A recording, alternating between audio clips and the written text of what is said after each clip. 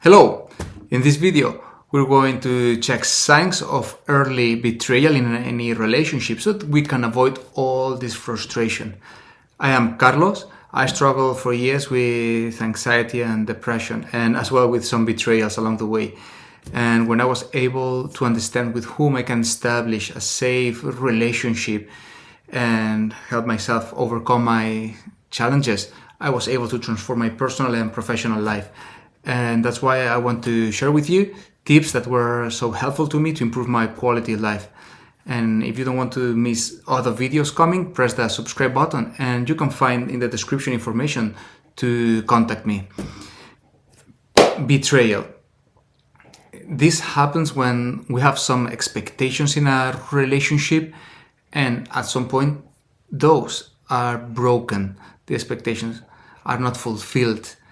And then we are going to be feeling confused, lost, because we were looking into something, looking forward, some expectations. Nonetheless, at some point, these people that we opened ourselves with and shared part of our lives, use the situation to their advantage without us expecting that.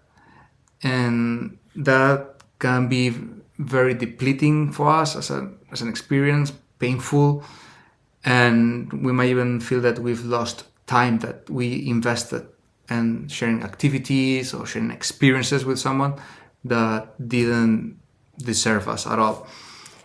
So that's why it's so important to understand with whom I can establish a safe relationship and what are the signs of potentially incoming betrayal. Let's check number one, inconsistent behavior. We see that if a person one day is very positive, cheering us and very supportive and motivated, but then next day we see a drop of energy and then they are keeping themselves distant and cold and not so appreciative. And then next day it's again so much more friendly. Then we see that this is not consistent. And then we can inquire, okay, is this person going through something really serious? Is this a phase that this person has now, or is this normal?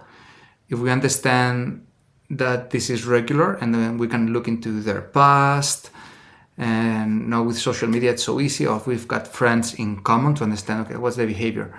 And then if we see that this is not consistent, this fluctuates, how close or they want to be and how we can establish this communication and count with each other. That might be a sign that this person is not stable for establishing a relationship. Number two, lack of alignment in values. When we value, for example, time in nature, outdoors, but the other person prefers to be in the city, it's like, okay, we are looking into different directions and we've got different expectations of what makes a relationship successful. So that's why it's so important to understand what we value. And this, on the modules I teach, it's a core, because that's what serves the foundation for establishing safe relationships. So when we might feel in some cases that, okay, we need to make each other fit and give up on some things for the good of the relationship. But over time, all these things that we are giving up in a way are creating resentment and frustration until it cannot be maintained, is too much, explodes. And maybe it could be us or the other person. And if we are not aware that someone in this relationship is swallowing up all this frustration, might have good intentions, but at the end of the day, that might be a sign that we're just looking into different outcomes for different activities, for different goals. 3. Unreliable actions or broken promises. This is when someone commits and says, yeah, count with me for this, and doesn't happen. Or yeah, I'll show up at this time. Oh, it doesn't happen. Could be at work or with any or personal matters in different situations. And then we understand, okay, this is the kind of person that does not deliver. And if we build a relationship with them and this goes further, then of course the expectations as the relationship develops, the expectations will be higher. And if this is not the person that commits and delivers, then this is a sign that down the road there might be a betrayal. Number 4, increased secrecy. If everything seemed to be okay, but someone starts to keep things private and personal, and they might have some logical reasons for that, but having secrets in a relationship, it doesn't help to build trust. On the contrary, it's a friction that destroys all this trust. And without trust, it's very difficult to enjoy the relationship and move forward. And anyone that's adult and mature should have the confidence and say, I don't have anything to hide. And if someone wants to keep things private, they might have a secret agenda and things that, or they are a sign that they don't want to invite us into that part of their life. And then it's up to us to understand, okay, I understand that with this person I will never get to that. Do I want to accept this being completely blind? Or this is a sign that I need to look for other type of people? And this is very important because if we just establish, especially with intimate relationships, and we accept that someone keeps something completely private and secret, that, unless it's cleared beforehand, that can lead for a lot of frustration. But it's in any kind of relationship, because then we will understand, okay, there's something that I don't know what's going on, and it's an opportunity for them to take advantage of us. And number 5, distancing. If for a period of time we see that with someone we're getting closer and everything was going good and it was enjoyable, but this person starts to become less and less available, then we see, okay, there's some distancing. Maybe this person has other priorities. So if we try to still attach to this person and follow up, but the other one is enforcing distance, then we understand, okay, this is how this person operates. And if I want to build a relationship, I understand that I cannot count with this person. So it's important, to clear that it's not something that's a phase, a short phase. But if this person has a history of showing up, establishing a relationship, and then moving on, then we might understand that this person might want to use our time or resources for some reason and then move on. Good. Now we know the signs, and it's very important to clear that by spotting some of these signs, it doesn't mean automatically that a betrayal is coming or building up.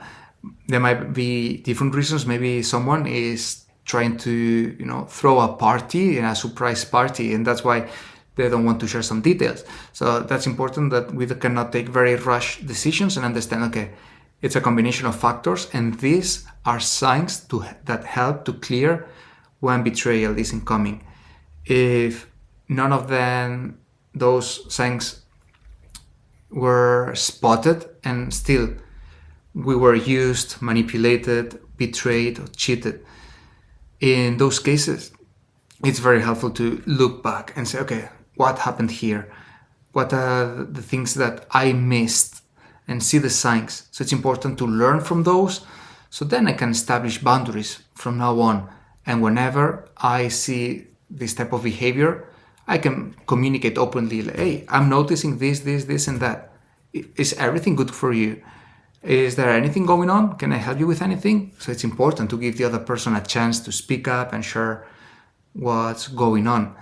But now we can learn from that and avoid being trapped in the same situations. But when we are in this, of course, we will feel betrayed and frustrated and sad and anger. And while this is normal to feel this as a consequence of what happened, it is very important to focus on who we are as a person, our identity, what are the things that we value, and make sure that we are moving forward based on our criteria, on what we want. So we don't let other people influence and get trapped into spiral of thoughts. If this is something that happened to you, Then down in the description, you can find the link to our community I Got Through, where we address this and other situations that might challenge our well-being, so that we can rebuild ourselves and gain more confidence, trust, and enjoy ourselves. But also, other thing that helps in building this again is being more cautious. And when we try to establish from now on new relationships, is as being safe and secure that, okay, with this person we share the same expectations, we are clear on what to expect on the activities and outcomes, on how we share our time, so then we can prevent all these situations.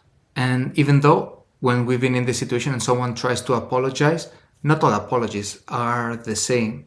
And we need to understand when someone is on a sincere apology and trying its best to recuperate and repair the relationship. If we see that someone is doing real effort with actions, then we can understand, okay, maybe this was a complete misunderstanding. This person had a situation, and then it's when slowly, very slowly, we can consider building trust again, and over time welcome this person back in our lives. And if that's the case, it's very honorable to be disrespectful and give second chances to people, because it helps the other person grow, and as well us. And if that's the case, don't rush, and be very clear with your boundaries and what you expect, when it's acceptable and what is not.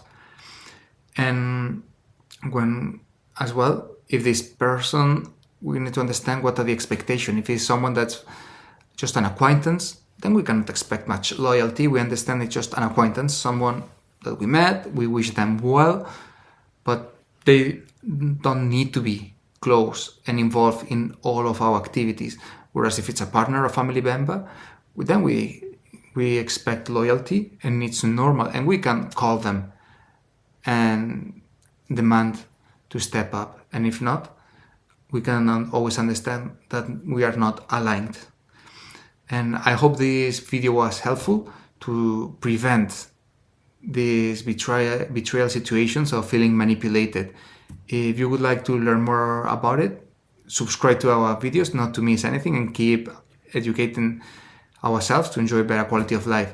And if you would like to learn some techniques and different methods to overcome these challenges, you can join our community, where we've got dedicated sessions and calls to help each other enjoy better quality of life. You've got more information down in the description. And as usual, thanks for watching, and I wish you a great day.